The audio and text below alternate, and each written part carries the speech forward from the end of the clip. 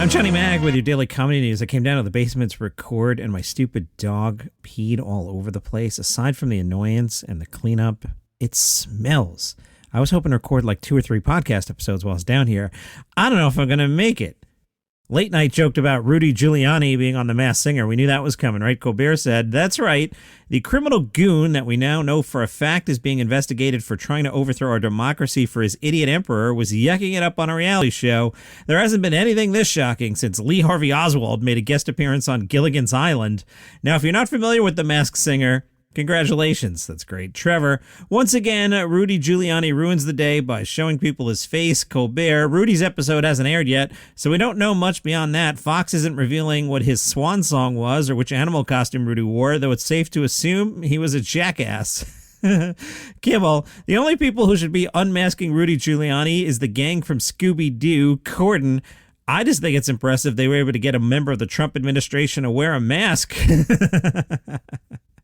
And Kimmel, why would Rudy even agree to this? Did he think he was going to the Masked Singer Landscaping Company? Now, I have been omitting a lot of Kimmel, quote-unquote, jokes lately as I read through the recaps, and I notice Kimmel is doing a lot more, I don't know what to call it, speech-making, things that aren't jokes. Here's an example. How does this even happen? I mean, a lot of people at Fox had to sign off on this. Not one of them was like, hey, maybe we should have the guy who's under investigation for helping to plot an insurrection singing on our show. Now, that probably got some clapter and, you know, people reacted well to it, but it's not a joke. The Hollywood Reporter tells us Joe Rogan's back, and the same as he ever was. And I'll tell you, Joe Rogan, good name to put in your episode titles. All about the SEO, baby. Joe Rogan dropped his first episode after the whole kerfluffle last week. His guest, Andy Stumpf, a retired Navy SEAL, wingsuit pilot, and podcast host himself.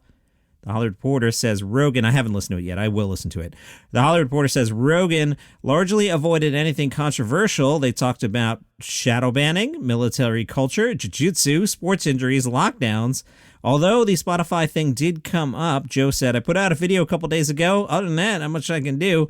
When you're hearing it from people who are losing the information attention game, people like CNN, when they're calling for other networks or shows to be censored or limited, it's like, just do better.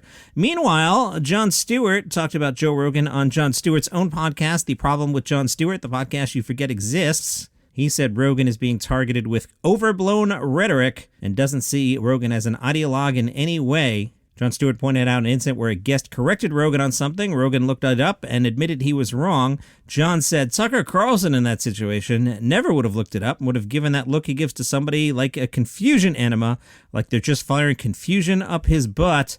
Joe's like, I didn't get that. And that, to me, is a person you can engage with. He has 4-hour conversations that are expansive, and he may say some things that are misinformation and may platform people you think are wrong, but to single that out as something egregious, I think there are dishonest bad actors in the world, and identifying those is so much more important to me.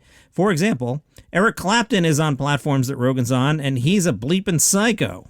Don't leave, don't abandon, don't censor, engage. But you've been waiting all weekend for me to tell you who won the podcast awards. Boy, we're 4 minutes in and my voice is shot already. That's how bad it smells down here. You hear that fuzz in my voice? I didn't have that when I came down here. The winner for Best Comedy Podcast is Smartless, I guess. I didn't like any of the nominees. Best Emerging Podcast. This is a podcast I do like. Emerging, I guess the person's name I'm going to say wasn't that famous, say, 3 years ago, but it's not like he's an indie in the basement. Best Emerging Podcast. Films to be Buried With. That's Brett Goldstein's podcast. A good podcast. So those are the podcast awards. I know you couldn't wait. Ricky Gervais says he's going to try to get canceled with his new stand-up show. He's calling his next live tour Armageddon, and he's joking like it's the end of his comedy career. He told Heat magazine, I'm treating it like it's my last one ever. It won't be, but I want to put everything into it. I want to try and get canceled, and I just want to go all out there. It's all about the end of the world and how we're going to destroy ourselves for lots of reasons, whether it's media stupidity or the actual end of the world. You can joke about anything, but it depends on what the actual target is. If you use irony and people see that at face value and think you're saying one thing, but you're actually saying the opposite. Let's head on over to Gossip Corner. Going to take the break a little early today. I got a lot of house cleaning I want to do in the second half. Don't worry, there's real meat in the second half. But let's head on over Gossip Corner. A source has told Hollywood Life that Pete Davidson's ultimate goal is to become an A-list comedic actor. Does Pete Davidson have the chops to be an A-list comedic actor? Not sure yet. Hollywood Life says Pete's billionaire girlfriend, that's Kim Kardashian. She's doing her part in helping Pete Davidson get there. A source says, and listen to this, it takes a lot for Kim to be truly amused or impressed with someone's talent, and Kim really is. She's really been helping Pete to have the confidence and ability to go after anything he wants. Okay, fine, but listen to this. Kim lets Pete know straight up what's funny and what's not. Kim also knows the fine line not to cross, and she's been showing him how clear that line is. If only Pete Davidson had access to somebody like a Lorne Michaels, who knows a lot about comedy and has been doing this for 50 years and has churned out a lot of stars, movie stars. Only Pete Davidson knew Lorne Michaels. Rats. Pete has a surprise cameo in the new rom-com I Want You Back. That's the movie starring Jenny Slate and Charlie Day from It's Always Sunny in Philadelphia. Usually when Charlie Day's in a movie, I still see Charlie Kelly from It's Always Sunny. I wonder if Charlie Day's got more depth to him and he can play something other than me just looking at it and going, that's Charlie. I've mentioned this a few times. Jenny Slate and Charlie Day, they are two newly single strangers who help each other through breakups. In the trailer, Pete Davidson coaches Charlie Day's character through a party as Charlie Day experiments with a drug. Charlie Day asks Pete Davidson, I've never done Molly. Is my heart gonna explode? Pete says, nah, you're thinking of crack, bro. Charlie says, that's what it was. I Want You Back, Amazon Prime, February 11th. Today's Daily Comedy News is brought to you by the new podcast, The Best Song Ever This Week. And this week, the best song ever this week is Bob Marley's Punky Reggae Party. The best song ever this week is a short piece of music writing, focusing on a song, its artist, and its history. It's a deep dive, but not one that takes too long. If you want to take a quick dive into a song and what makes it special, download The Best Song Ever This Week, wherever you get your podcasts. Scott Frampton is your host. He's a good dude. I know him. We are friends. The Best Song Ever This Week covers different genres, different eras, old and new, but Scott Frampton says mostly old. Download The Best Song Ever This Week, wherever you get your shows.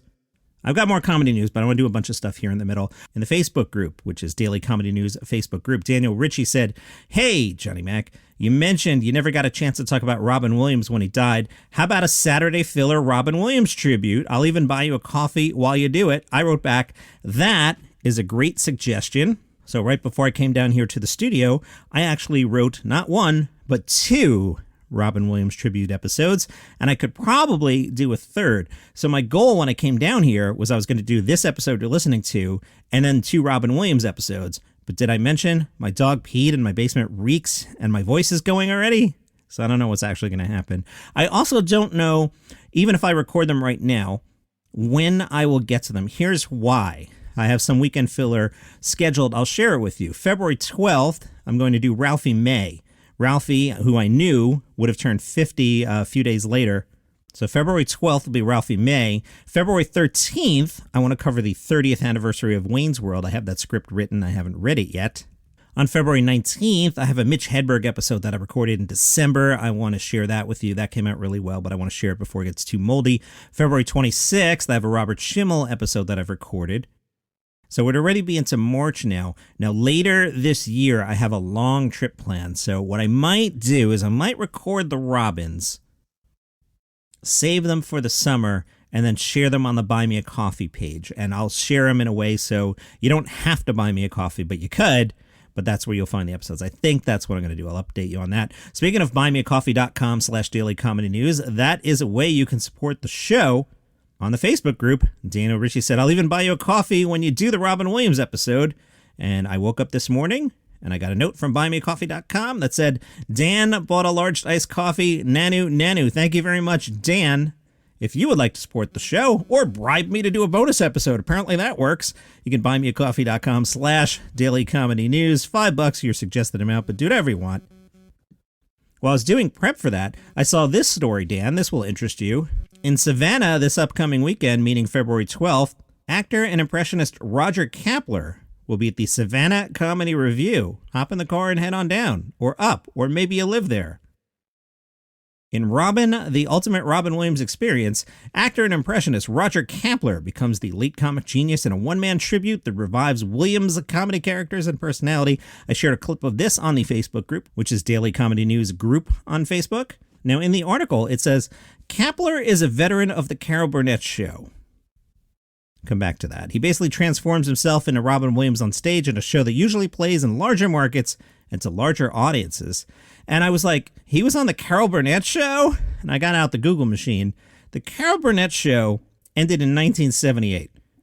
So if Kapler appeared in the final episode in 1978 and was 20 years old, he's now in his mid-60s. All right, Matt's a little loose, but all right. But then I saw there was a Carol Burnett Show revival in 1991 that I erased from my brain. In 1991, NBC aired something called Carol and Company, an American comedy anthology TV series starring, listen to this cast, Carol Burnett, Jeremy Piven. How old was Jeremy Piven in 1991? Was he 12? It began as a mid-season replacement and was picked up. I don't remember that show at all. Every week, Carol Burnett and her fellow players performed a different half-hour comedy playlet. Only the performers remained the same from week to week. There were no ongoing characters or plots. Some of the guest stars, Betty White, Christopher Reeve, Swoosie Kurtz, Tim Conway even made a cameo.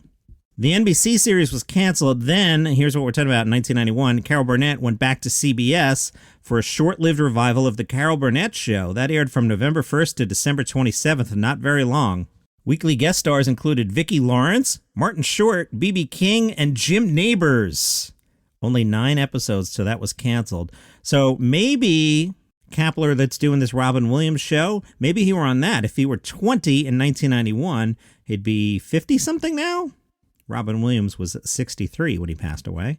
A lot of new listeners lately, so every now and then I like to explain who I am. So I've been in radio, however you want to define radio, podcasting, broadcasting, whatever, for 30 years now. In 2004, I became the head of comedy for what was then just Sirius Satellite Radio. By the time I left, we had merged with XM, and I was vice president of comedy and entertainment for Sirius XM. I'm a radio programmer. I'm not a comedian. I'm not a stand-up. People would always say, but you're not a comedian. And I would say, are the guys on the rock station musicians? No, same thing. Radio's radio. After leaving Sirius, I went over to what was then called Slacker, now called Live by Live, and I started hosting something called The Weekly Comedy Thing, which I'm going to tell you about in a second. And from that, I realized I had a lot of leftover stuff every week. So I have turned that into a daily podcast to which you are currently listening. So this week on The Weekly Comedy Thing, here's what's up. And what's good on that show is I can play bits in between. I can't do that here, licensing, rights, royalties, trust me. But over on the Live by Live show, which is called The Weekly Comedy Thing, it's free. The app is LiveX Live in the App Store. Here's what's on this week. Natasha Leggero has a new cooking show. Some Super Bowl jokes from Louis Black, D.L. Hughley, and Alonzo Bowden. David Cross has a new special. Ali Wong has a new special. Some Olympic bits from Joe Rogan, Seinfeld, Robin Williams, Chris Rock, and Doug Stanhope. Talked about the Bob Saget party with Mark Maron and Jeff Ross, so we'll hear their comedy. Dane Cook was Saget's last guest. Told you about that here. Played Dane Cook. Dana Gould's hanging with Dr. Z. Guest Maria Bamford and Ron Funches. I'll play all of them. And Brad Williams, a great bit by Brad Williams talking specifically about Snow White. So that's The Weekly Comedy Thing on the Live by Live app. The National Comedy Center, conveniently located in Jamestown, New York, just 6 hours from anything, announced it will be the permanent home of the archives of the TV show In Living Color. I may have to go there and study, because I mentioned last week, it was either Glenn or I. One of us did not know that Chris Rock was on In Living Color and cost us the entire trivia contest. If only one of us had known that, Glenn. So we might have to road trip. The National Comedy Center In Living Color Archives. The collection features hundreds of annotated script drafts and detailed network censor reports. That's a lot of fun. And over in Newcastle from Chortle, there's this whole controversy. Newcastle Cathedral is trying to host comedy nights, and the traditionalists want no part of this. Gavin Ashenden is a former chaplain to the Queen. He's accused the church of spiritual illiteracy over the plans for a monthly stand-up gig at the cathedral. The first Cathedral of Comedy show, love it, will be staged May 21, with David O'Doherty headlining. Phil Wang, Catherine Bohart, and Larry Dean are booked to perform later in the year. Dr. Ashenden told the Daily Mail it's a misuse of the 500-seat space to turn it into an O2 Arena or a nightclub. If the Diocese of Newcastle wants to have comedians, it should hire a comedy club. But to do it in a cathedral is offensive to anyone who thinks a cathedral is a holy space. The diocese said they are confident the comics would respect our sacred space. And that is your comedy news for today. Follow the show on Apple Podcasts, Spotify, Google. Tell a friend. Share the show on social media. I'm supposed to tell you to do that more often. So do that, all right? Grab a link. Be like, hey, bud, check this out. BuyMeACoffee.com/dailycomedynews. What else do I have to plug? I don't know. See you tomorrow.